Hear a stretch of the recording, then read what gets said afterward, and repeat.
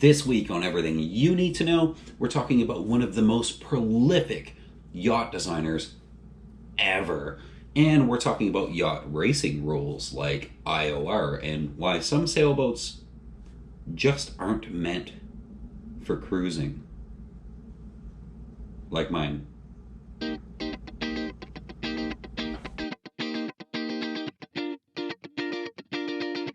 Let's start with the designer. We're talking about Sparkman and Stevens. Just biblical, epic designer that everybody seems to know. A naval architecture and yacht brokerage firm from Rhode Island and Fort Lauderdale. They design and build boats for the pleasure craft world, the commercial industry, and even naval applications. Their designs have won most races, including the America's Cup, Fastnet, Sydney to Hobart, Round the World, and Flyer. They're most known for sort of two things. Their older designs, which include IOR, which we'll talk about a little bit later, and their newer designs for Swan. During World War II, yes, it goes back that far, World War II, they even designed hulls and different sort of things for amphibious war vehicles. And as a result, one of the members of Sparkman and Stevens, Roderick Stevens, was awarded the Medal of Freedom, which is America's highest civilian award. Not bad for some sailor dudes. Okay, so the story starts with the brothers Olin and Roderick Stevens. Stevens from Sparkman and Stevens. They started their sailing lives at a very, very young age, self-taught sailors in Barnstable Bay in Massachusetts, and they got into their boating careers when they were also very young. Olin and Roderick got their dad to back them on a business venture. Thanks, Dad. And that business venture included some other boaty people that they had met, namely some successful yacht brokers at the time by the name of Drake and James Sparkman. So the year was 1929 and Sparkman and Stevens was born.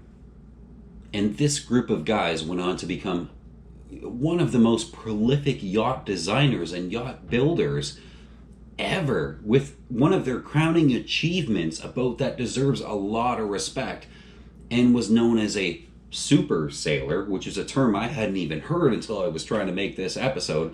The 52 meter or 170 foot monster, the Nasnan 5. This beauty won multiple Super Yacht of the Year awards. Amazing, amazing boat. But it wasn't all supermodels and red carpets and mega yachts for the S&S team, though. They found themselves the way most sailboat builders do, of humble beginnings. Speaking of humble beginnings, Lady K Sailing and Everything You Need to Know is a one-man show. It's just me.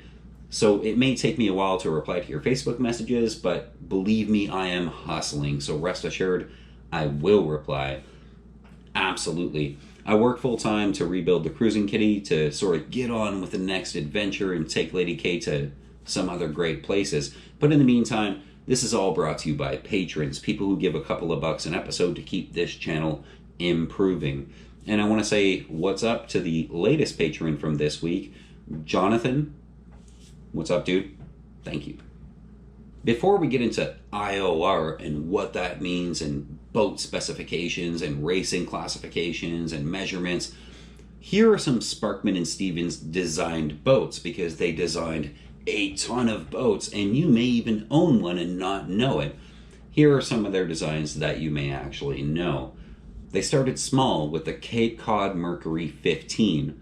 They also designed the Catalina 38, the Dolphin 24. I actually sold a Dolphin 24 once. The Halmar 12, the Interclub Dinghy, the Lightning Dinghy, the Nautar Swan 47, the Pilot 35, the S&S 34, the Tartan 34, and the Tartan 10, because Tartan, everybody knows Tartan, the Weekender 24, everybody needs a Weekender, your first boat, and the Yankee 38, among hundreds of others. And I will have to say, and I hope that you'll agree with me, one of the best, most world-renowned, and most loved sailing designs, the Sparkman and Stevens hull number 2166. That was the patent and the design number. You probably have no idea what I'm talking about, but what I'm talking about is the Columbia North Star 1500, or as it's known by me and other Canadians, after the Canadian boat manufacturer Hughes Boat Works bought the molds, the Hughes 35. Have you ever seen a Hughes 35? Because I have. As an owner of a Sparkman and Stevens boat, I have to say these dudes knew exactly what they were doing. They know how to make boats that sail like a dream, and more importantly, at the time, they knew how to make boats that obey the rules of yacht racing while pushing the boundaries of wherever those rules might be a little bit gray. Now, we're going to have to talk about Fastnet at some point, the 1979 Fastnet, because anytime you talk about Sparkman and Stevens, 1979 Fastnet comes up. But to understand IOR, and ultimately one of the things that led to the Fastnet disaster, you have to understand international yacht racing. It's been going on forever. And over the years, it's been governed by different sets of rules. As the boats and manufacturers changed and got better and better and better, the rules changed. So, speaking of rules, before IOR, we had the Cruising Club of America and the Royal Ocean Racing Club rule book. And the sport evolved and evolved and evolved. And then eventually IOR took over. And IOR had a heavy focus on the shape of the hull, the length and the beam, the freeboard, the maximum sail plan measurements. This is how the racing committees measured boats. And they measured boats to give them handicaps, with the idea that every boat would be competing equal. Without diving too far down the IOR rabbit hole, at the time, manufacturers learned the rules and made new hull designs every single year. And they made new hull designs to take advantage of the rules. And by take advantage, I mean bend the rules a little bit here and there. So at the IOR time in the 70s, the rules favored a very short and very narrow waterline, but with a wide hull up top, which sort of made for a high center of gravity. They also favored internal ballast without a heavy keel, which actually led to boat manufacturers making internal ballast keels with an unweighted dagger board. So very, very top-heavy boats. So basically this made top-heavy boats that could easily be capsized if they were in the wrong sea conditions. The boats got faster and faster and faster by taking advantage of these rules. But when they got faster, their seaworthiness and their long-term sort of seaworthiness and ability to go anywhere got lesser and lesser and lesser. And that is one small piece of the puzzle that led to the Fastnet disaster of 1979. To give you an idea of an IOR designed hull, I have some good reference points because Lady K, my boat, is exactly that. She's a 35-foot Sparkman and Stevens designed IOR boat, and her waterline is only 27 feet. That's 27 feet of waterline on a 35-foot boat. So something was up. It might even seem crazy today when you look at Beneteau, for example, with their plumb bow and their sugar scoop, where the waterline is often exactly the same as the overall length, or potentially even longer. What this means for a boat like mine, like Lady K, is there's long overhangs. There's very little of the boat in the water, and the rest of the boat overhangs the water. Lady K and many IOR boats also feature something called tumble home. This is where the middle of the boat, when viewed fore to aft, is very, very fat right in the middle. It almost looks, when you're looking at it from astern, it almost looks like it's pregnant.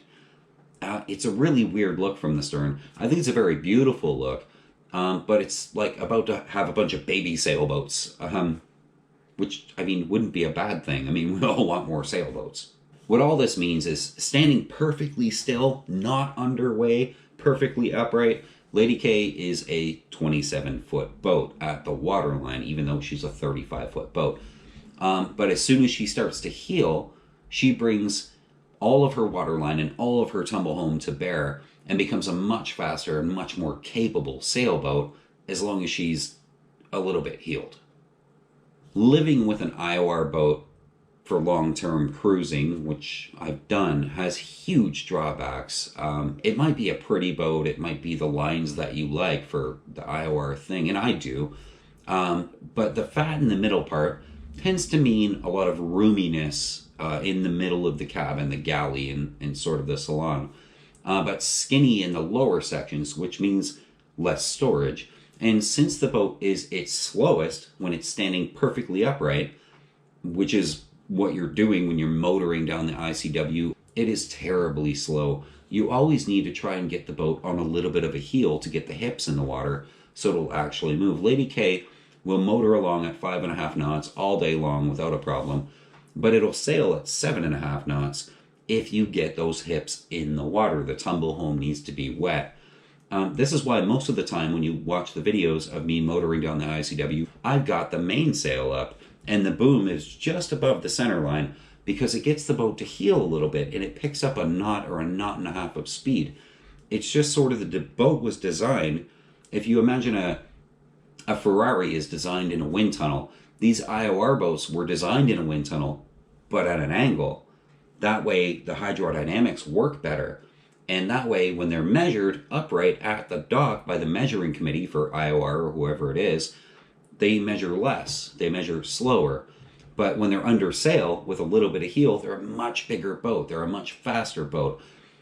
I don't want to call it cheating, but call it what you will.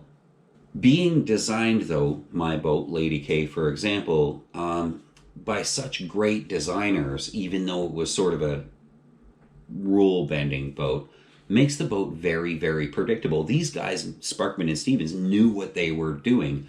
Anything over 10 knots of wind, and Lady K goes onto her heel, right at where she's supposed to heel, 6 inches of water from the rail.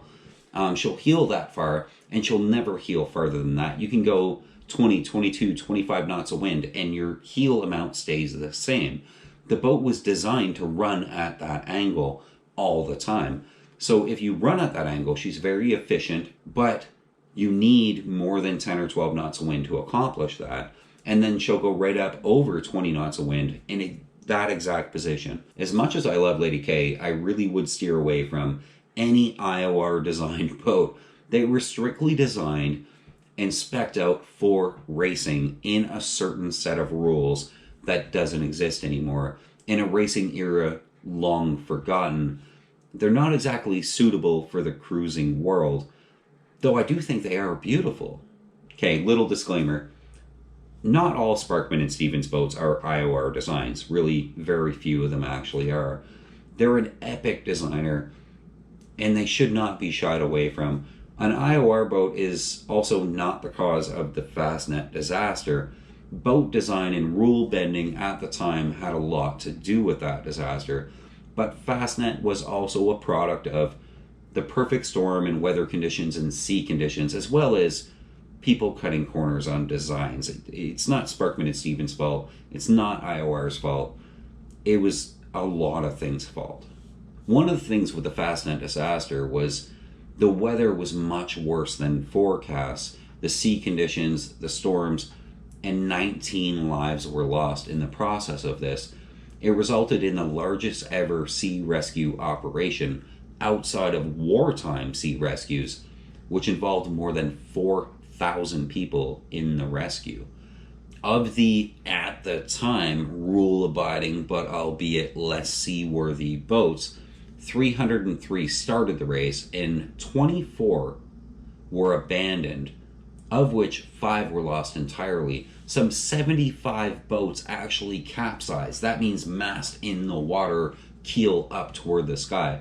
It is to date the greatest disaster in yacht racing history, and a part of why boats being built specifically to the rules and not necessarily to seaworthiness is so frowned upon. I guess it's worth mentioning the first finishing boat of the 79 Fastnet was Tenacious, a Sparkman and Stevens design. And you may notice I didn't say the winning boat, I said the first finishing, because after a disaster like this and the loss of human life, there really can be no winning boat or winner.